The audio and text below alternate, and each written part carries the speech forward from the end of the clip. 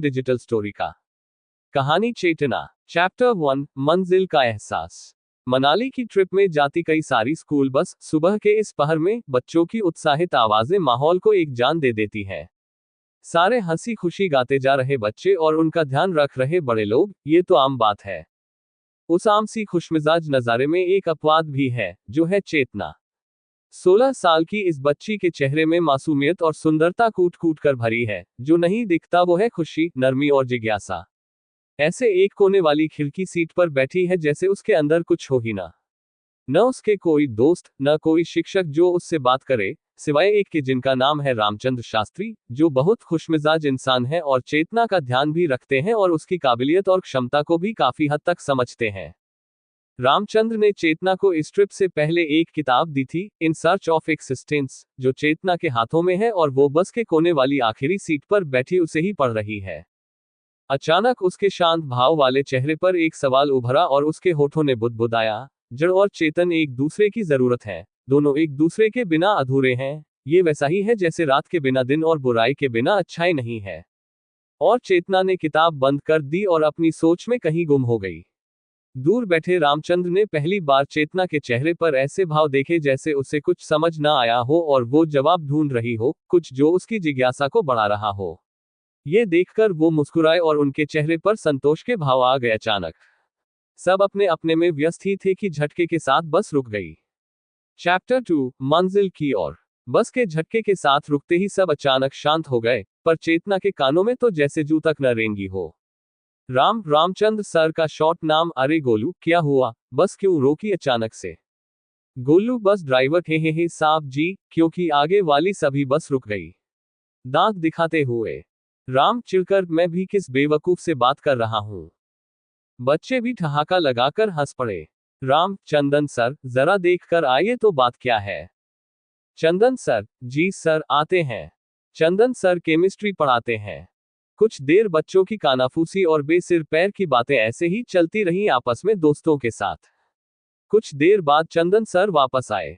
चंदन sir, आगे पेड़ गिर गए हैं और उसके नीचे तेंदुए के 2 बच्चे फंसे हैं। उसकी मां उन्हें बचाने की कोशिश कर रही है और लोगों को पास नहीं जाने दे रही है। सर, अब क्या करें? ऐसे तो होटल पहुंचने में शाम हो जाएगी और मौसम भी खराब हो रहा है। राम, चलिए सर, देख कर आते हैं। और अपने साथ चेतना को भी आवाज लगाकर बुलाते हैं। राम, चेतना बेटा, जरा हमारे साथ चलो। चेतना अलसाई नजरों से उन्हें देखती है और पहले कुछ देर आसपास की चीजों का जायजा लेती है, जैसे अभी नींद से जागी हो। और धीरे से अपनी मीठी और गुनगुनाती आवाज में कहती है, हम। चेतना धीरे धीरे अपनी सीट से उठती है। चेतना ने एक ग्रे हुडी, ब्लैक पैंट और पैरों में व्हाइट शूज पहने हैं। सिर पर बेसबॉल कैप पहने हुए दिखती है। उसकी लंबाई ज्यादा नहीं है, करीब 4 फुट 9 इंच के आसपास होगी। वह अपने धीमे धीमे कदमों से उतरती है। उसके पीछे कुछ और लड़के और लड़कियां भी आते हैं। राम, पता नहीं कब क्या हो जाए, कुछ कह नहीं सकते। अभी तो मौसम भी ठीक था कल तक, और आज अचानक से ऐसा खराब हो गया। फिर बच्चों को देखकर बोले, बच्चों, ध्यान से। और बाकी बच्चे बस से नहीं उतरेंगे। सब धीरे धीरे उस जगह पहुंचते हैं और देखते हैं कि तेंदुए की मां जोर जोर से पेड़ को हिलाने की कोशिश कर रही है, पर उससे कुछ हो नहीं रहा है। बल्कि ये उसके छोटे तेंदुओं को चोट पहुंचा रहा था, जिससे वह परेशान हो रही है। और लोगों के उस जगह को घेरने की वजह से वह और चिड़चिड़ाई सी हो गई है। अचानक से कुछ 1-2 मिनट बाद तेंदुए की मां चारों तरफ सिर घुमा कर देखती है और फिर चेतना के ऊपर कूद पड़ती है। इससे बाकी सभी लोग डर से अचानक पीछे हो जाते हैं, पर चेतना नहीं होती, बल्कि वह बिना कोई भाव दिखाए उसकी आंखों में देखती है। इसे देखकर सब चेतना को बचाने के लिए उसकी ओर आ रहे होते हैं कि अचानक चेतना एक पैर पीछे करके अपने घुटनों पर बैठकर उस तेंदुए के सिर को 2 बार थपथपाती है। ये देखकर राम सर सबको हाथ दिखाकर रोक देते हैं। फिर चेतना धीरे धीरे अपने कदम उन तेंदुओं के बच्चों की तरफ बढ़ाती है और पेड़ के पास पहुंचकर नीचे बैठ जाती है। और अपनी पैंट से एक पेन नुमा चीज निकालती है। उसमें एक बटन स्लाइड करने से वो खंजर की तरह बन जाता है। फिर वह उस पेड़ को काटकर बच्चों को निकालकर उनकी मां के पास रख देती है। और उसके सामने अपनी पैंट की पॉकेट से बिस्किट निकालकर रख देती है। और तुरंत ही उठकर वापस जाने लगती है। ये देखकर सब हैरान थे, और तेंदुए की मां और बच्चे उसके चारों ओर घूमने और पूंछ हिलाने लगते हैं। ये देखकर सब मुस्कुरा देते हैं। बाकी कुछ बच्चे उससे जलकर कहते हैं, ये लड़की नहीं है, हर बार इसके काम कुछ अजीब अजीब से होते हैं। ये सुनकर राम सर उन्हें डांट लगाते हैं, पर चेतना उन पर ध्यान नहीं देती और बारी बारी से सब तेंदुओं के सिर पर हाथ रखकर जाने लगती है। तभी अचानक एक जंगली सा दिखने वाला आदमी पत्थरों के रास्ते चलते हुए उनकी तरफ आता है और चेतना को देखकर बोलता है। चैप्टर 3 मंजिल की ओर। उस आवाज को सुनते ही सब एक पल को रुक गए। वक्त आएगा जब समय समझाएगा, सवेरा होगा और सवेरे का अंश भी तुम में पाएगा। दो अधूरे हिस्सों की यह तड़प जब बढ़ता जाएगा, समझ लेना रोशनी अब अंधेरे में जगमगाएगा। ये बोल वह इंसान मुस्कुराए। इस मुस्कुराहट ने मानो एक शांत सी आभा बिखेर दी और सब शांति से उनकी कविता सुनने लगे। तारों सा उम्मीद झिलमिलाएगा, वक्त की स्याही लिखता जाएगा, यह कोरे पन्ने हो तुमसे भी कई यादें जुड़ जाएंगी। यह कोरा पन्ना तब ना फड़फड़ाएगा, तुम क्या जानो वक्त कौन कौन से रंग इसमें भरता जाएगा। तारांकन चेतना तारांकन कोरा पन्ना शायद यही हूं मैं। जैसे एक किताब में अच्छी चीजें लिखी जाए तो अच्छी और बुरी चीजें लिखी जाए तो बुरी, मन में सोचती है। वह अपने सोच में गुम ही थी कि अचानक उसे अपने सिर पर कुछ गर्म सा एहसास होता है। वह अपना सिर उठाकर देखती है तो पाती है कि उसके सिर पर उन बूढ़े आदमी ने अपने हाथों से थपकी दी। यह महसूस कर वह एक गहरी सांस छोड़ती है और अपना सिर उठाकर उन्हें देखने लगती है कि अचानक उसकी नजरें उन आदमी की पीठ पर टांगी एक बांसुरी पर जाती है जिसमें नक्काशी की गई थी। वह लकड़ी की मामूली बांसुरी सी ही दिखती थी, मगर कोई ध्यान से देखे तो एहसास होता कि यह मामूली नहीं है। खैर, इस चीज के बारे में बाद में जानेंगे। ये देख वह आदमी उस बांसुरी को निकाल चेतना को देते हैं और कहते हैं, बहुत काम की और पुरसुकून का एहसास है ये। अगर हवा अपना रास्ता इसमें से बनाए तो जैसे चेतना शरीर में रहकर ही अपने अस्तित्व तक पहुंच सकती है। फिर हंसकर सही कहा ना बच्चे, और मुस्कुराने लगते हैं। चेतना बस उन्हें तब तक देखती है जब तक वह चले नहीं गए। फिर चेतना की नजरें आसपास होती हैं तो उसे नजर आता है कि सब कुछ रुक चुका है। एक बार तो वह अचंभे में चली जाती है, फिर अचानक उसे एहसास होता है इसका लेना देना जरूर उन आदमी से होगा। सबके सामान्य होते ही तारांकन रामा सर तारांकन की नजर अचानक उस बांसुरी पर जाती है, जिसे देख रामा सर पूछते हैं, बेटा चेतना ये तुम्हारे पास कहां से आया। जिसे देख चेतना उन्हें कोई जवाब नहीं देती, पर कोई इस पर सवाल नहीं करता। आखिर वह जानते थे कि चेतना ऐसी ही थी, बहुत होशियार और समझदार, फिर भी मासूम और अकेली और शांत सी, जैसे एक कोकून में बंद कैटरपिलर। और सब अपने अपने रास्ते जाने लगते हैं। जिसे देख चेतना भी अपनी बस में चढ़ने ही लगती है कि उसे महसूस होता है कि कोई चीज उसकी तरफ आ रही है। जिसे महसूस करते ही वह समझ जाती है कि उस पर हमला हुआ है और वह गोली है। वह अपनी जेब से निकालकर एक मैग्नेटिक फील्ड जनरेट करने वाला छोटा सा यंत्र निकालती है, जिससे उस गोली की दिशा बदल जाती है और वह पत्थर से टकराती है। फिर चेतना बिना ज्यादा सोचे बस में आकर अपना बैग लेकर निकल जाती है। जिसे देख तारांकन रामा सर तारांकन चिल्लाते हैं, चेतना कहाँ जा रही हो। और अगले ही पल उनके फोन पर मैसेज आता है, अटैक्ड, जिसे पढ़ वह चिढ़कर सिर हिलाते हुए कहते हैं, ये लड़की भी ना जाने इसके लैंग्वेज डिकोड करने में लोगों की कॉमन सेंस भी खत्म हो जाएगी। ये देख तारांकन चंदन सर तारांकन हंसते हुए कहते हैं, छोड़िए ना सर, वह भी आपकी तरह की एक ही है, जैसे कि केमिस्ट्री एक अपवाद, और हंस देते हैं। ये सुन तारांकन रामा सर तारांकन भी बस मुस्कुरा देते हैं। वहीं दूसरी ओर चेतना अपने वाइट स्नीकर्स में कुछ करती है, जिससे उसमें मेटल के चक्के निकल आते हैं और वह आराम से स्केट करते हुए और हाथों में डिवाइस जो गोलियों की दिशा बदल रहा था पकड़े आगे बढ़ने लगती है और धीरे धीरे जंगल के रास्ते में बढ़ जाती है। कुछ देर तक उन हमलावरों को भटकाते हुए चेतना गहरे जंगल की ओर निकल जाती है। कुछ देर लगभग शाम के समय जब वह धीरे धीरे जंगल से गुजर रही होती है तो उसे किसी के गहरे गहरे सांसों की आवाज सुनाई देती है। तो वह अपने कदम उस ओर बढ़ा देती है। कुछ दूर और चलने पर उसे तेज खून की बदबू आती है। वह अपने कानों के ईयरपीस पर एक बटन दबाती है और एक इनबिल्ट मास्क उसके नाक को ढक देता है, जिससे उसे कुछ राहत महसूस होती है। फिर वह खून से सने घायल लोगों की ओर अपने कदम बढ़ाने लगती है, जहां कुछ भारतीय सेना के जवान, कुछ काले कपड़े पहने और कुछ सामान्य पठानी कपड़े पहने लोग घायल पड़े थे। वह नीचे घुटनों पर बैठ धीरे धीरे हर एक की सांसें चेक करती है और धीरे धीरे सबका इलाज करती है। चेतना के बैग में एक पतला सा बॉक्स होता है जिसमें 100 तरह की अलग अलग दवाइयों की बोतलें, syringe, surgical knife, needle, blade वगैरह रखे होते हैं और एक लंबी बोतल जैसी दिखने वाली डिब्बे में कंप्रेस तरीके से और भी इलाज करने वाले सामान रखे होते हैं। वह उन्हें निकालती है और उससे सबका इलाज करती है। आखिर में उसे 2 आदमी नजर आते हैं। उन तक चेतना पहुंचती ही है कि उसे एहसास होता है कि उसे हर कदम भारी से लग रहे थे और वह धीरे धीरे बेहोश होने लगती है। उसे अपने सामने 2 इंसान दिखाई देते हैं, जिसमें एक की आंखें आधी खुली थी, जो कुछ हद तक नीली थी और दर्द से लाल हो गई थी, और उसके बगल में लेटा और एक इंसान जो अपनी आंखें बंद किए था पर हल्के होश में था। चेतना चलते हुए उनकी ओर बढ़ रही थी कि उसने उस बांसुरी को अपने सिर से कुछ देर के लिए लगाया और वह अपने घुटनों के बल गिर पड़ी। गिरते हुए उसके हाथ से बांसुरी दूर होकर उस दूसरे आदमी के पैरों के पास चली गई और चेतना अपनी आंखें बंद करते हुए उन दोनों आदमियों के हाथों को कसकर पकड़ लिया और धीरे धीरे उन दोनों आदमियों के हाथों के ऊपर चेतना की हथेलियां बेजान सी लटकी रहीं। वहीं दूसरे इंसान ने आहट सुनते ही अपनी आंखें हल्की सी खोली थी कि उसे अपने हाथों पर कसाव महसूस हुआ और अचानक ही दोनों आदमियों की आंखें सुकून से बंद हो गईं। चैप्टर 4 बेहोशी भारी मुलाकात। तारांकन अध्याय 4 बेहोशी भरी मुलाकात। तारांकन 1 घंटे बाद गहरी रात का समय। तारांकन चांद आज पूरे आसमान में अपनी रोशनी बिखेर रहा था।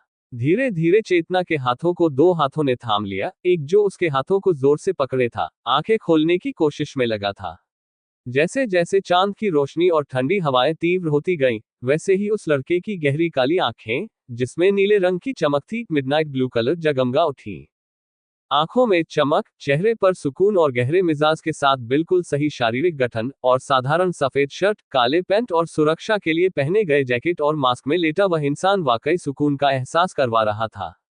जिसकी चमकती आंखों में एक खुशी या कहीं कुछ नया सा नजर आ रहा था, जैसे उसने ये सब पहली बार महसूस किया हो, और वह अपने पास गिरी लड़की चेतना को व्याकुलता से देखने की कोशिश कर रहा था। धीरे धीरे उस लड़के ने बैठने की कोशिश की और बैठ गया।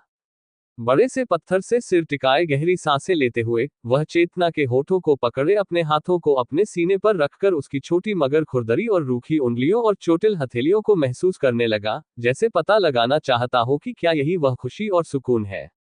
लगभग आधे घंटे बाद जब वह अपनी शाही स्थिति में लौटा, तो उसने सबसे पहले अपनी जेब से एक कार्ड निकाला, ताश की इक्के वाली, जो धातु से बनी थी, और उसमें लगे सेंसर को एक पैटर्न में छुआ, जिससे उसमें लगी लाल छोटी रोशनी जल उठी। इसी के साथ उसने अपनी नजर चेतना पर रखकर उसके चेहरे को अपनी ओर धीरे धीरे पलटने लगा, जिससे चेतना की दूसरी हाथ की उंगलियां दूसरे लड़के के हाथों से छूटने ही लगी थी कि उस लड़के ने झट से अपनी नीली ब्लूइश ग्रीन आंखें खोली और चिल्लाया, कृष्ण भैया, वो मुझसे दूर जा रही है। तारांकन अरुल तारांकन इस हरी नीली आंखों वाले लड़के का नाम, जो दिखने में काफी अच्छा है, उम्र 27 साल और भूरे रंग की शर्ट पहने। इसकी सेहत रंग की शरीर काफी सही बनावट की है, बिल्कुल अपने बड़े भाई जैसी, पर चेहरे से ये थोड़ा अशांत और जल्दी करने वाला लगता है। इसके उलट बड़े भाई के चेहरे पर अक्सर शांत और गहरे भाव होते हैं, जिसका नाम है तारांकन। तारांकन कृष्ण तारांकन। कृष्ण ने कोई जवाब नहीं दिया, बस चेतना के एक हाथ को थामे उसके दूसरे हाथों को अरुल के हाथों में दे दिया, जिसे महसूस करते ही अरुल शांत हो गया और धीरे धीरे अपने होश में आकर वह भी बैठ गया, एक पत्थर से टेक लेकर। कुछ देर खामोशी ऐसे ही बनी रही। तारांकन अरुल तारांकन तारांकन भैया। कृष्ण ने कुछ नहीं बोला, बस अपनी नजर उठाकर उसे देखा। तारांकन तारांकन अरुल तारांकन तारांकन भैया, मुझे शांति महसूस हो रही है, शायद पहली बार। अच्छा लग रहा है मुझे। कृष्ण ने फिर भी कुछ नहीं कहा, बस अपने सिर को ऊपर कर आसमान में देखने लगा। कुछ देर बाद कृष्ण को अपने हाथों पर कुछ गीला गीला सा महसूस हुआ। उसने देखा कि चेतना की नाक पर लगे मुखौटे, जो चेतना के हाथों पर रखा है, से खून की एक धार बह रही है। ये देखकर कृष्ण उसे झट से अपनी बाहों में उठा लेता है और उसके मास्क को उतार ही रहा था कि चेतना अपनी धुंधली हो चुकी आंखों को खोलते हुए कृष्ण के गले को ध्यान से देखने लगती है, जहां पर प्लेटिनम की एक चेन में लाल पत्थर लगा था। वह उस पत्थर की तरफ धीरे धीरे अपने हाथ बढ़ाने की कोशिश करती है कि उसके हाथ उसके गले तक पहुंचकर उसके कृष्ण सीने पर से फिसलने लगते हैं। ये देखकर वह बार बार कोशिश करती है और जब नहीं हो पाता तो धीरे धीरे सिसकने लगती है। इसे देख तारांकन अरुल तारांकन तारांकन भैया, क्या इसे आप चाहिए? तो कृष्ण उसे घूरकर और दांत पीसकर कहता है, इडियट। मगर उन दोनों को बात करते देख और खुद पर ध्यान न देते देख चेतना अपने शरीर को हिलाने की कोशिश कर उस लॉकेट को लेने के लिए झटपटाने लगती है। तो कृष्ण आखिर में उसके सिर को थपथपाते हुए पहले उसे शांत करता है और फिर वह लॉकेट उसे दे देता है, जिसे चेतना किसी तरह अपने हाथों में लेकर उस लॉकेट और अपने सिर को कृष्ण के सीने से लगा देती है। कुछ देर बाद उस लॉकेट की प्लेटिनम चेन चमकने लगती है, जिसे देख पहले कृष्ण और फिर अरुल, जो मजाक में कृष्ण को छेड़ने वाला था, दोनों ही हल्के शॉक हो जाते हैं।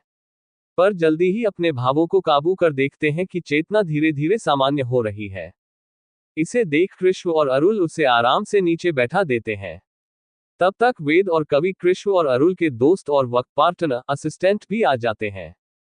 उन्हें वहां देख अरुल पूछता है, तारांकन अरुल, तारांकन व्हाट इज द सिचुएशन? तारांकन कवि, तारांकन सर, सब कुछ तो हमारे हिसाब से है लेकिन कुछ हरभेदी भी है। तारांकन वेद, तारांकन तो सर, अभी तो सब घायल हैं और आप दोनों के लिए भी अभी घर जाना सुरक्षित नहीं होगा। Can we go at a hidden palace? तारांकन अरुल, तारांकन नहीं, अभी नहीं।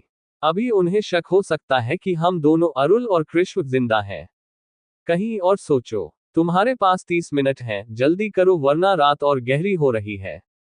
तारांकन वेद, तारांकन अरुल को, पर सेकंड बॉस, अभी हमारी कोई भी प्रॉपर्टी सेफ नहीं है, क्योंकि आपके दादाजी भी इन सब से मिल चुके हैं। तारांकन अरुल, तारांकन आह, ये बुढ़ा अगर बाप का बाप ना होता तो इसे बताता। तभी सबको अचानक एक मीठी आवाज सुनाई देती है, जो चेतना की थी। चेतना कृष्ण के बाजू को खींचते हुए धीरे से कहती है, घर। इसे सुन सभी अजीब तरह से देखते हैं कि वह आखिर बोलना क्या चाह रही है। पर कृष्ण अपना सिर हिलाकर अरुल को देखता है, उसकी बातें समझ अरुल, वेद, उसे उसके घर ले जाओ। ये सुन चेतना अपनी दूर गिरी बांसुरी और बैकपैक उठा लेती है। ये देख कृष्ण उसे गौर से देखने लगता है। तो चेतना कहती है, ब्रह्मद्वीप। ये नाम सुन सब भौचक्के के रह जाते हैं और वेद और कवि हंसते हुए बोलते हैं, छोटी लड़की, क्या तुम्हें नहीं पता वो जगह आज तक कोई नहीं ढूंढ पाया? और अगर ढूंढ भी ले तो लोग कहते हैं कि उसके मालिक किसी को आने नहीं देते। उन्हें खुद का मजाक उड़ाते देख चेतना चिढ़कर मुंह बिचकर लेती है और कृष्ण और अरुल को बारी बारी देखकर आंखों से कहती है कि वह झूठ नहीं बोल रही। जिसे देख दोनों मुस्कुरा देते हैं और वेद और कवि को भी आंखों से ही कुछ इशारा करते हैं। धीरे धीरे वेद और कवि सभी गार्ड्स, मिलिट्री और जो उनके दुश्मन थे, उनको भी लेकर तैयार हो जाते हैं। वैसे तो वे सब और वेद और कवि भी उनके ठीक होने पर काफी अचंभित थे, मगर उन्होंने पूछना ठीक नहीं समझा। और जहां तक कृष्ण और अरुल की बात है, तो उन दोनों ने चेतना के रहस्यमयी तरीके को देखा था, तो उन्होंने भी अभी कुछ नहीं पूछा। सब कुछ तैयार होने के बाद चेतना आगे आकर कृष्ण और अरुल को देखती है। तो कृष्ण पहली बार बोलता है, रास्ता बताओ। जिसे सुन चेतना अपने कदम आगे बढ़ाने लगती है और सब उसके पीछे। ये देख अरुल और कृष्ण के भाव बदल जाते हैं और दोनों जल्दी आगे बढ़कर चेतना के हाथ पकड़ लेते हैं, जिससे चेतना को कोई फर्क नहीं पड़ता और सब शांति से आगे बढ़ने लगते हैं। अचानक ही उन्हें तेज किसी जानवर के गुर्राने की आवाज आती है, तो सभी गार्ड्स सावधान होकर अपनी अपनी गन्स निकाल लेते हैं। और बस तभी उन्हें चेतना की धीमी आवाज सुनाई देती है, रुको। चैप्टर 5, ब्रह्मद्वीप की ओर। चेतना के रुकने को बोलने पर सब एक पल के लिए उसे देखते हैं, फिर कृष्णव और अरुल, जिन्हें देखकर कृष्णव और अरुल भी हाँ में सिर हिलाकर उन्हें रुकने का इशारा करते हैं। तभी सब देखते हैं कि तेंदुए की एक फैमिली, जिन्हें चेतना ने बचाया था, वो चेतना के साथ चलने लगते हैं। कुछ देर तक जब चेतना उन्हें नहीं रोकती और बस अपनी पीठ सीधी किए सामने चलती रहती है, एक प्रशिक्षित सेना की तरह। अब हम चेतना के बारे में क्या ही कहें, आखिर हम सब तो जानते हैं ही कि चेतना अनुशासित है और एक रोबोट जैसी है, और बेचारे तेंदुए उसे अपना गुरु मानकर सीधे चलने लगते हैं, अटेंशन में टंग आउट, जिसे देखकर सब हंसने लगते हैं। तो अंत में वेद और कवि उसकी और तेंदुओं की सावधान वाले चलने के तरीके को देखकर हंसने लगते हैं, और गार्ड्स भी, पर अपने बॉस को देखकर मुंह दबाकर हंस रहे थे। वहीं अरुल और कृष्ण भी खुलकर मुस्कुरा देते हैं, और अरुल चेतना की क्यूटनेस देखकर उसके गाल खींच देता है, जबकि कृष्ण उसके सिर को थपथपा देता है। खैर, चेतना सब नजरअंदाज कर आगे बढ़ जाती है। कुछ समय तक चलते हुए वे सड़क के किनारे पहुंच जाते हैं, जहां कुछ साधारण दिखने वाली मगर अच्छी तरह से सुसज्जित और हथियारों से लैस उच्च गुणवत्ता वाली कारें मिलती हैं, जिन्हें कृष्ण और अरुल ने ही बुलाया था। कार में बैठते ही चेतना नींद में चली जाती है। मैप दिखाने वाली एक डिवाइस अरुल को देकर आखिर ब्रह्मद्वीप कोई साधारण नक्शे में मिलेगा नहीं। अगली सुबह वे मनाली से बहुत दूर आ चुके होते हैं, हिमाचल प्रदेश से ऊपर, जहां पहुंचकर आखिर चेतना की नींद खुलती है।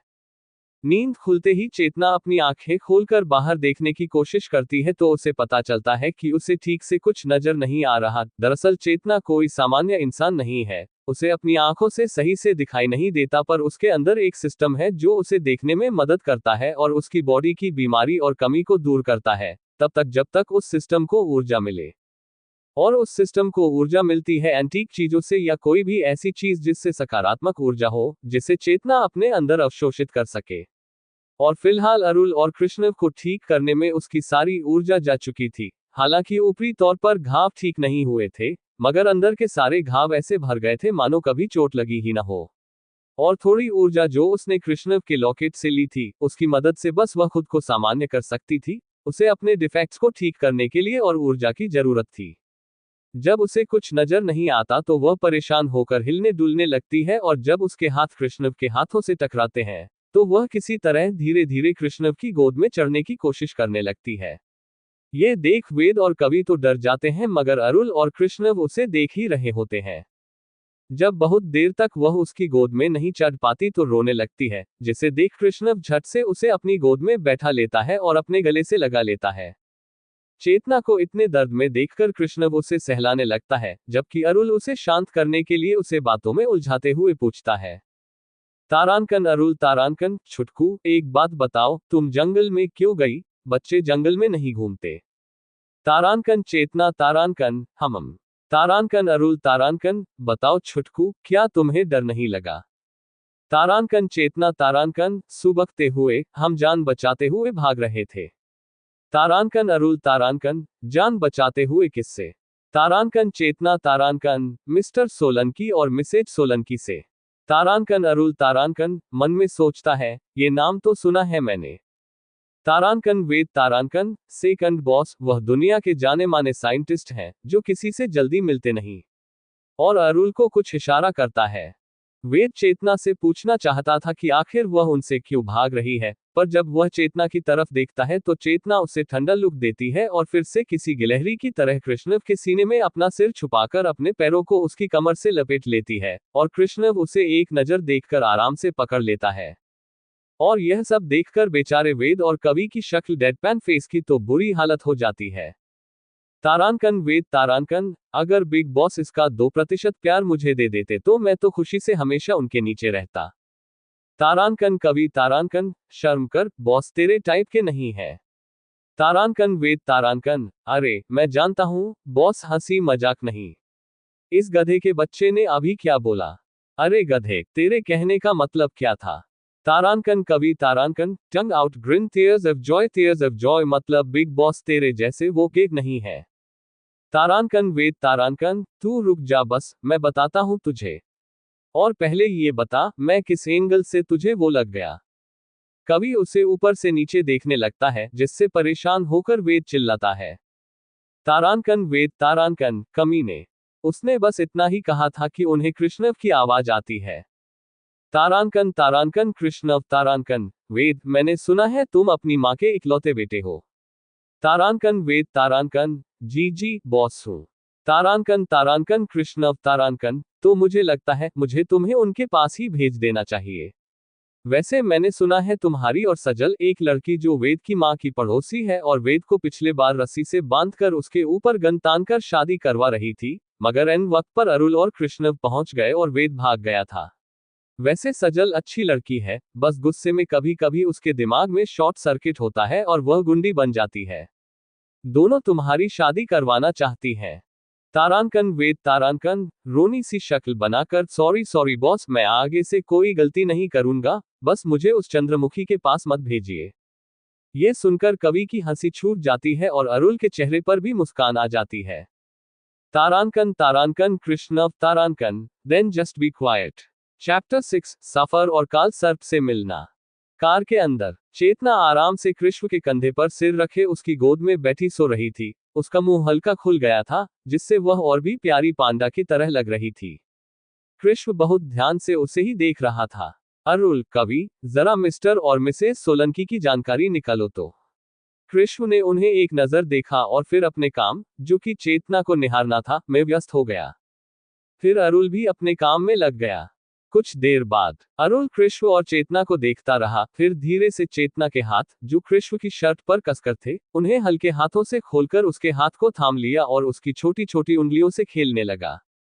और बोला, भाई, हम इसे अपनी बनाएंगे क्या? वो भी इसे पसंद करेंगे। कृष्ण, मुझे यही चाहिए। अरुल मन में, मुझे भी, काश उन्हें भी बेबी पांडा पसंद आए। वक्त बीत रहा था और कुछ लोग जानकर और कुछ अनजाने में एक दूसरे को पूरा करने लगे थे। सफर बीतता गया और वो सभी मथुरा की यमुना नदी की ओर चल पड़े। तभी वेद ने पूछा, लिटिल डेविल, हा हा हा, क्या तुम पानी में रहती हो? खुद को जलपरी समझती हो? Open mouth smile. Krishna, Sejal. Ved, नहीं नहीं बॉस, मैं अब कुछ नहीं बोलूंगा, बस उस भूतनी का नाम मत लो। मैं अब एकदम चुप रहूंगा। तभी सब देखते हैं कि वो यमुना नदी के तट पर पहुंच गए, जहां चेतना पानी में कूदने का सबको इशारा करती है। पहले तो सब उसे देखते हैं, फिर कूद जाते हैं अंदर। थोड़ी गहराई में जाकर चेतना एक ऐसी शंख निकालती है जो कुछ काले और सफेद रंग का था, और उसे बजाती है। सब ये देख के हैरान थे कि यह शंख पानी में भी बज रहा था। तभी सबको एहसास होता है कि उनके पैरों से कुछ लिपट रहा है। जैसे ही वेद और कवि खुद को बचाने के लिए हिलने वाले होते हैं, चेतना उन्हें हिलने से मना करती है इशारे से। और धीरे धीरे वे सभी उस जमीन के अंदर खींचे जा रहे थे। कुछ समय बाद वो सभी अपने आप को एक गुफा के सामने पाते हैं, जहां हल्के से एक काले रंग की धारा निकल रही थी। कवि उसे छूने के लिए आगे ही बढ़ने वाला था कि चेतना ने उसे झटके से अपनी ओर खींच लिया। ये देख एक पल को तो सब चौंक गए। वहीं कृष्ण और अरुल जलन के मारे पागल ही होने लगे थे कि उनके कानों में पानी से आती चेतना की साफ आवाज सुनाई दी, वह काल सर्प है, जो लोग यहाँ लालच, द्वेष या किसी बुरे ख्याल से आते हैं, उन्हें अंदर जाने से रोकने के लिए। अगर उसको छुआ जाए जब तक वो न चाहे, तो तुम भी उसके जहर से मर जाओगे। कवि, अरे यार, आज के जमाने में भी ऐसी चीजें होती हैं क्या? चेतना, देखन तो दुनिया हजार है, मान को जो भाई वो भाग, जो न भाई वो गर्दन पर उतरी कटार है। कुछ से सब अनजान है, कुछ जानकर भी बेईमान है। ऐसे हैं चलचित्र यहाँ के, तुम ना जानो, समय के अवशेष अभी भी बरकरार हैं। वेद कवि से, भाई, मुझे तो लगा था ये सांप ही अजीब है, अब तो मुझे लगता है ये शायद 5वीं सदी की लड़की हो सकती है, तो ये तो फिर बेचारा लिटिल डेविल का मारा सांप ही है। Tears of Joy, tears of Joy. कवि उसे देखते हुए, कुछ लोग सच में लातों के भूत होते हैं, जो बातों से नहीं मानते। और सब गुफा के अंदर बढ़ जाते हैं। अंदर पहुंचने के बाद चेतना एक पल अपने घुटनों के बल झुक जाती है।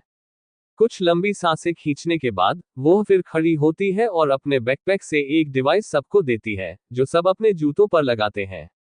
और कुछ खुद को बचाने के लिए हथियार भी देती है। बाकी सब तो हैरान थे कि आखिर इतने सारे चीजें इस छोटी सी बैकपैक में आई कैसे, और सबसे बड़ी बात, ये सब चेतना जैसी 16 साल की बच्ची के पास कैसे आया। तभी सबकी नजर काल सर्प पर जाती है, जो चेतना की उंगलियों से लिपटने ही जा रहा था कि अरुल और कृष्ण उसे पकड़ने आते हैं, जिससे देख काल सर्प अपनी बॉडी और पूंछ को रस्सी की तरह गोल गोल कर अपने सिर को झुका लेता है, जैसे उनका स्वागत कर रहा हो। उसे देखकर वे दोनों हैरान तो होते हैं, पर फिर भी उसे घूर कर देखने लगते हैं, जिससे देख सांप भागने ही वाला था कि चेतना जल्दी से उसके पास आकर प्यार से उसके सिर पर हाथ फेरती है, जिससे देख काल सर्प भी उसके हाथों में अपना सिर रगड़ने लगता है। वेद, अरे यार कवि, हम तो खामखा ही डर रहे थे, ये सांप तो बड़ा प्यारा निकला।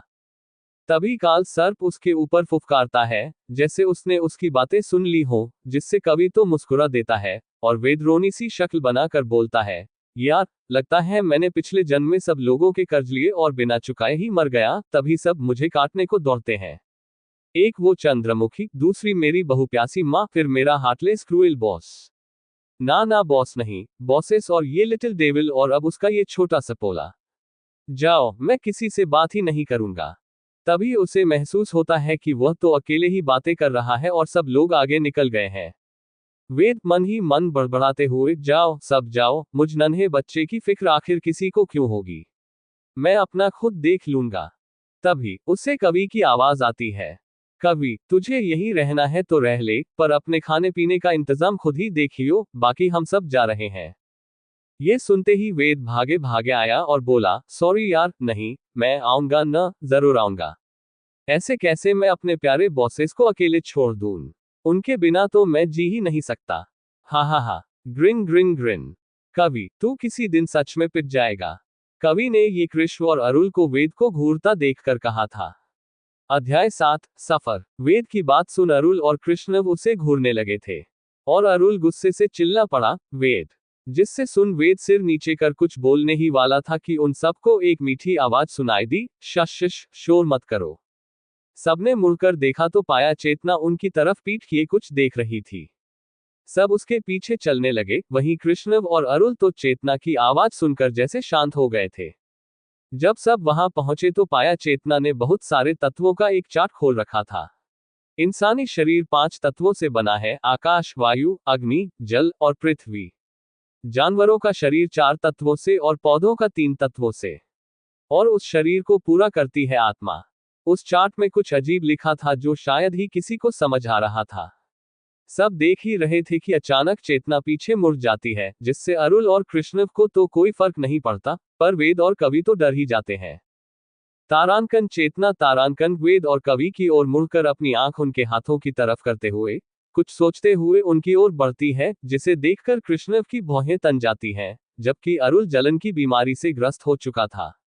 खैर, इन सब पर चेतना का ध्यान भी नहीं जाता और वो आगे बढ़कर अरुल और कवि के हाथों को पकड़ती है। अपनी आंखें बंद कर 10 मिनट तक ध्यान लगाकर जब खोलती है तो उनके हाथों की कलाई की तरफ देखती है। वह पाती है कि वेद की कलाई पर पत्ते पृथ्वी तत्व का गहरा निशान उभर आया था, जबकि कवि की कलाई पर जल तत्व के निशान उभर आए थे, जिसे देखकर सब हैरान थे। फिर धीरे धीरे चेतना ने उन निशानों को अपने अंगूठे से हल्के से रगड़ा, तो वे निशान गायब हो गए। फिर वह अरुल और कृष्ण के साथ वही करती है तो पाती है कि उनके हाथों पर दो दो तत्वों के निशान उभर आए थे। कृष्ण के पूरे हाथों पर अग्नि और पृथ्वी तत्व के निशान टैटू जैसे लग रहे थे, वहीं अरुल के हाथों पर हवा और आकाश तत्व के निशान उभरे थे। परंतु उन दोनों के हाथों को पकड़ते ही चेतना को बेचैनी सी होने लगी, जैसे कोई ताकत उसके अंदर प्रवेश करने की कोशिश कर रही हो। इस वजह से वह हल्के से कांपते हुए नीचे बैठ गई और लगभग 3 घंटे तक ध्यान में बैठी रही। इस दौरान उसके पूरे चेहरे पर दर्द से लालिमा उभर आई थी। वह पूरी तरह पसीने से तर हो चुकी थी। जब उसने आंखें खोली, तब उसकी आंखें पूरी तरह लाल थीं और उसने धीरे से गुनगुनाती आवाज में कहा, पानी, जिसे पहले तो कोई सुन नहीं पाया। पर जब कृष्ण और अरुल उससे हाथ छुड़ाकर खड़े होने की कोशिश करने लगे ताकि वह जल्दी से चेतना को पकड़ सके, क्योंकि उसे उसकी बहुत फिक्र हो रही थी, चेतना उन्हें शांत होकर बैठने का इशारा करती है और फिर वेद और कवि की तरफ देख एक बार हल्की पर थोड़ी तेज आवाज में बोलती है, पानी। जिसे सुन वेद उसे पानी पिलाने लगता है। वहीं अरुल और कृष्ण उसे वापस अपनी जानलेवा नजरों से घूरते हैं, जिसका अंदाजा बेचारे वेद को था ही नहीं। टीयर्स ऑफ जॉय, अब वह क्या जाने इस सब में फिर से उसकी बैंड बजने वाली है। बेचारा तो सिर्फ पुण्य कमाने के चक्कर में प्यासे को बस पानी ही पिला रहा था। अब उसे क्या पता होगा कि कुछ दिनों बाद उसे ही प्यासा रहना पड़ेगा। Green tears of Joy. वहीं चेतना बस अपने काम पर ध्यान देते हुए धीरे धीरे उनके पूरे हाथ, जिस पर टैटू उभर आए थे, उन्हें हल्के हाथों से रगड़ने लगी, जिससे धीरे धीरे वह सभी टैटू गायब होने लगे। इन सब में उसे लगभग 2 घंटे और लगे और वह तुरंत बेहोश होकर गिरने ही लगी थी कि जल्दी ही अरुल और कृष्ण ने उसे संभाल लिया। अब तक रात गहरा चुकी थी, जिससे पानी के अंदर रोशनी आना बिल्कुल बंद हो चुकी थी और उस गुफा के अंदर पानी में पड़ती चांद की परछाई की बस हल्की रोशनी थी, जिसमें चेतना का थका मासूम चेहरा बहुत प्यारा लग रहा था। अरुल उसका एक हाथ पकड़े गुफा की दीवार से टिके बैठा था, जबकि कृष्ण उसे चेतना को गोद में लिए उसके चेहरे के बनावट को अपनी उंगलियों से महसूस करने में लगा था। हल्की हल्की ठंड हो रही थी और माहौल सुकून देने वाला था। गलती से वेद के फोन में म्यूजिक प्ले हो गया, जिसे सुन वह डर कर अरुल को देखकर बंद ही करने वाला था। आखिर अरुल उसे शिद्दत भरी गुस्से से घूरे जा रहा था, पर कृष्ण की आवाज आई, रहने दो। सब उसे हैरान नजरों से देख रहे थे कि उसने भी अरुल की तरह आंखें बंद कर एक पत्थर पर अपना सिर टिका दिया और अरुल ने भी चेतना के हाथों को थामे उसे प्यार से देख मुस्कुराकर कहा, हमारा cute little panda smile with a hello. तारांकन वेद तारांकन, ओ ए कवि, सुनना, क्या आजकल हमारे बॉस ज्यादा बीमार प्रेम रोग से tears of Joy tears of Joy tears of Joy रहने लगे हैं? ये दोनों तो कभी ऐसे नहीं थे। तारांकन कवि तारांकन हम थे नहीं, पर छोटी गिलहरी ने बना दिया, इसे प्यार कहते हैं, वेद। जिसका अभी इन्हें और उस छोटी लड़की को एहसास भी नहीं है। जब होगा तो पता नहीं क्या ही हो जाएगा। और अभी बाकी 3 भी बचे हैं। पता नहीं उनका रिएक्शन क्या होगा। क्या छोटी गिलहरी इन 5 को संभाल भी पाएगी? तारांकन वेद तारांकन कवि के कंधे पे हाथ रखकर समय आने दे, सब ठीक हो जाएगा। और बाकी तीनों के साथ भी लिटिल डेविल खुश रहेगी। फिर मुंह बनाकर, वैसे तो ये पीढ़ी है 16 साल की, पर इसके कारनामे 80 साल के बुजुर्गों जैसे होते हैं। खड़ूस लिटिल डेविल, थोड़ा मुझसे मुस्कुराकर बात कर लेती तो क्या ये 2 इंच हट जाती। मेरी तो कोई इज्जत ही नहीं है। कवि, जो पहले उसकी समझदारी भरी बातें सुन उसकी तारीफ करने वाला था, यहाँ उसकी बचकानी शिकायतों को सुन अपनी गर्दन हिला उसे इग्नोर कर खुद भी आराम करने के लिए एक जगह बैठ गया और वहीं से सबका ध्यान रखने लगा, आखिर अपने बॉस और लेडी बॉस का बॉडीगार्ड और असिस्टेंट जो था। अध्याय 8 ब्रह्मद्वीप पर पहुंचना। रात का वक्त, जाने कौन से पहर चेतना की आंखें खुली। आंखें खुलते ही उसने अपने आसपास देखना शुरू किया। हर समय मुसीबत में रहने से लोग चौकन्ना होने की आदत अपने आप ही पा लेते हैं। खैर, जब उसे एहसास हुआ कि वह ठीक है, तो वह धीरे धीरे उठने की कोशिश करने लगी, जिससे कृष्ण की नींद भी खुल गई। पर उसने कुछ नहीं किया, वह बस देख रहा था कि उसकी बच्ची क्या कर रही है। कृष्ण चेतना को बच्ची, अरुल को लिटिल बेबी पांडा और वेद उसे लिटिल डेविल बुलाते हैं। उसे उठने के लिए इतना मेहनत करता देख कृष्ण उसे झट से अपनी गोद में बैठा लेता है और तभी उसे चेतना की धीमी आवाज सुनाई देती है, ये जगह सुरक्षित नहीं है। हमें जल्दी ही यहाँ से निकलना होगा। ब्रह्मद्वीप यहाँ से कम 10 किलोमीटर दूर है। हमें जल्दी ही कोई साफ पानी का स्रोत ढूंढना होगा और उसमें मेरे खून की कुछ बूंदें मिला दीजिएगा। फिर आपको 10 किलोमीटर दूर वह दीवार ढूंढनी होगी जो ब्रह्मद्वीप का दरवाजा है। कालसर्प इसमें आपकी मदद करेगा। इतना बोलते बोलते चेतना का गला सूख चुका था और वह स्थिर होकर कृष्ण की बाहों में लेटी थी। उसकी आंखें हल्की हल्की खुली थीं, जो भी धीरे धीरे बंद होने वाली थी कमजोरी के कारण। तब तक अरुल, वेद और कवि भी जाग चुके थे और उसकी बातें सुन रहे थे। तभी वेद बोला, छोटी शैतान, ये तो बताओ वो सपोला कहाँ है? ये इंसान सच में पागल है, किसी दिन बुरा पिटेगा। Tears of Joy.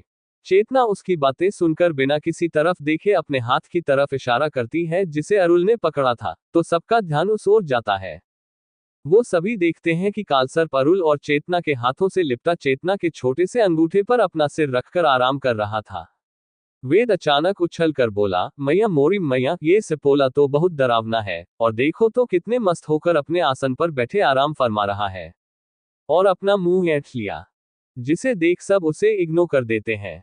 कृष्ण सबसे धीमी आवाज में, हमें निकलना होगा, बच्ची ठीक हाल में नहीं है। और चेतना को बाहों में अच्छे से थाम लेता है। वहीं अरुल पहले उस कालसर्प के सिर को थोड़ा सहलाता है, तो वह सांप भी अंगड़ाई लेते हुए अपने पूरे शरीर को मोड़ता है और अपनी फन हल्के से बाहर निकाल हल्के से फुफकारता है। ये देख अरुल उसे अच्छे से अपने हाथों में पकड़े उसकी आंखों में देखने लगता है, जैसे वह सांप से रास्ता दिखाने को कह रहा हो। इसे समझकर सांप भी धीरे धीरे उसके हाथों से उतरकर रेंगने लगता है, बाकी सब भी उसके पीछे चलने लगते हैं। वहीं वेद अपने आप में बड़बड़ा रहा था, बाय गॉड, मानना पड़ेगा ये छोटा सपोला तो बहुत क्यूट है।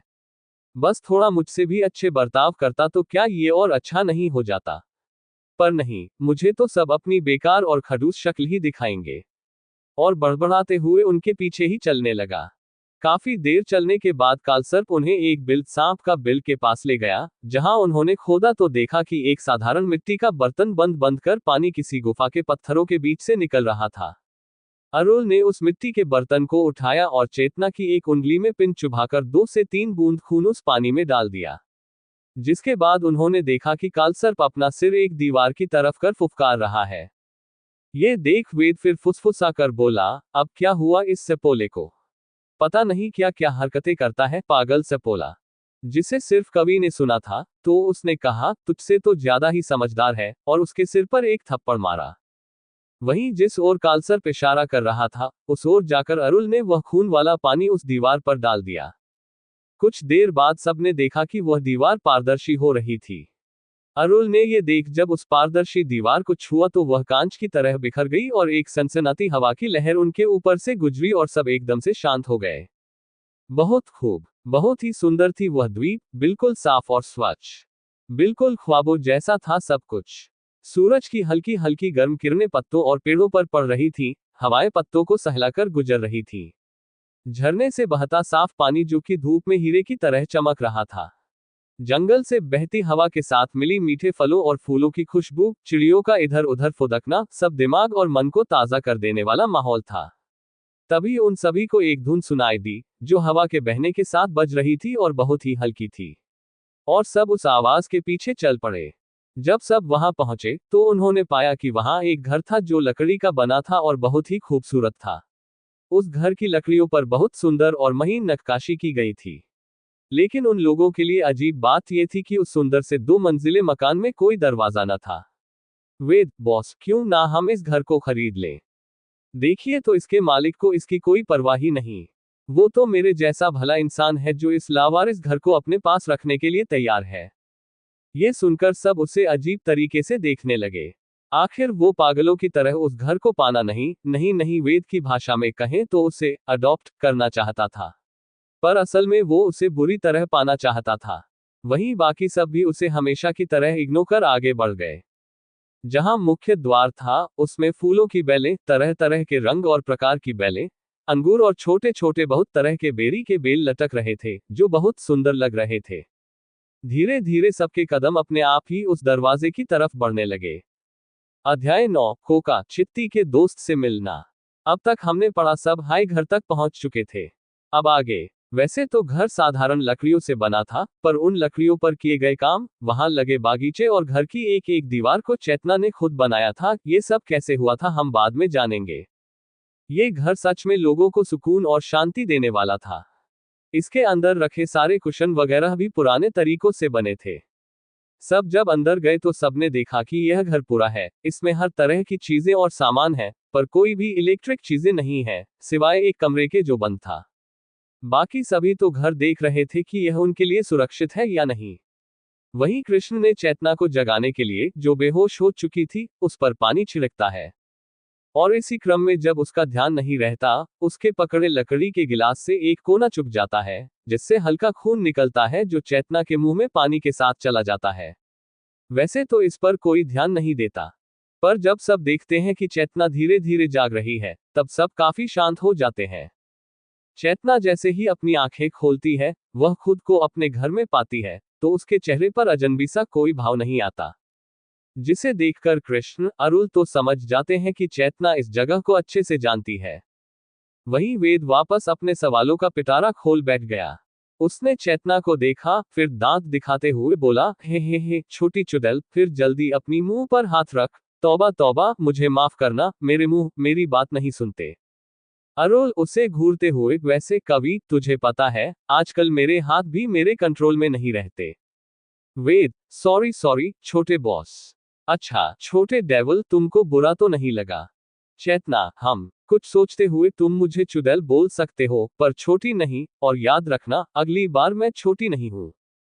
जिसे सुन बेचारी वेद मुंह आंख फाड़े उसे घूरने लगा। वेद अपने सेंस में वापस आकर, छोटे डेविल, बताओ तो इस जगह को तुम जानती हो क्या? चेतना, हम जानती हूं, मैंने ही बनाया है। बाकी तीनों उसे शांत होकर देख रहे थे। वहीं हमारे वेद बाबू धीरे धीरे खिसकते हुए चेतना के पास गए और खिसियानी हंसी हंसकर उसके सिर को पकड़कर चारों तरफ दिखाते हुए बोले, सच में, क्या हम सब तुम्हें उल्लू नजर आते हैं, छोटी डेविल? और सबसे ज्यादा, मैं अगर शक्ल से भोला दिखता हूं तो क्या तुम मुझे बेवकूफ बनाना चाहती हो? बाकी सब तो समझ गए थे कि चेतना सच बोल रही है, वहीं वेद बस अपने आप में बड़बड़ाए जा रहा था। जबकि चेतना ने उसे देख अपने कंधे उचकाए और वेद के आगे के शब्दों को इग्नोर ही किया। और फिर चेतना पूरे घर में अपनी पैनी नजर दौड़ाती हुई सीटी बजाई 3 बार, और इत्तेफाक से जिधर देख चेतना ने सीटी बजाया था, वेद उधर ही खड़ा था। तो वेद ये देखकर चिल्लाने लगा, देखा देखा बॉस और छोटे बॉस, आपने अब ये छोटी डेविल स्माइल विद हॉर्न्स मुझ पर लाइन मारने भी लगी। मैंने ना कहा था, मुझे तो इसमें कुछ गड़बड़ लगती है। कवि कुछ बोलने ही वाला था उसके जवाब में कि सभी को पंख फड़फड़ाने की आवाज आई। सभी ने उस ओर देखा तो एक सुनहरे रंग का तोता उड़ता हुआ नजर आया। कोका, तोते का नाम तोते ने खुद रखा है, आखिर उसे कोकोआ फल बहुत पसंद है। कोका चेतना के चारों ओर घूमते हुए बोला, हे चित्ती, हाय चित्ती, I missed you, welcome back चित्ती। फिर चित्ती आ गई, बोल उड़ते हुए उसके कंधे पर बैठ जाता है। चेतना, बैकपैक में तुम्हारे लिए कुछ है।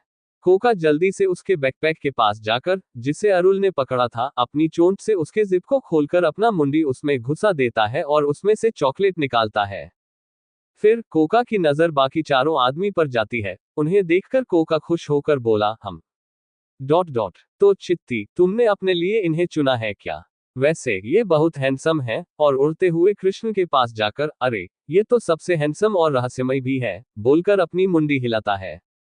फिर अरुल के पास जाकर, तुम भी काफी सुंदर हो, पर थोड़े ज्यादा ही आवेगी हो, पर मुझे तुम भी अच्छे लगे।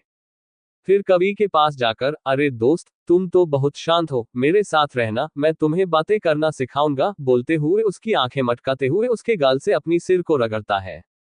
फिर वेद के पास जाकर, तुम हो तो बहुत प्यारे, जिससे सुन वेद फूल कर गुब्बारे बन जाता है।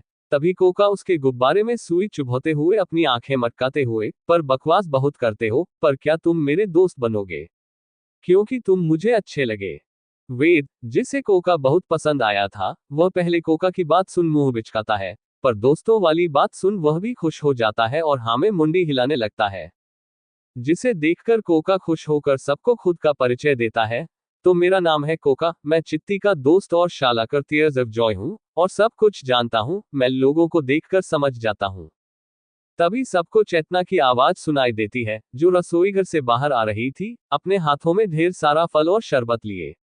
ये सभी फल प्राकृतिक तरीके से रसोई के पीछे वाले बाग में चेतना ने खुद ही उगाए थे।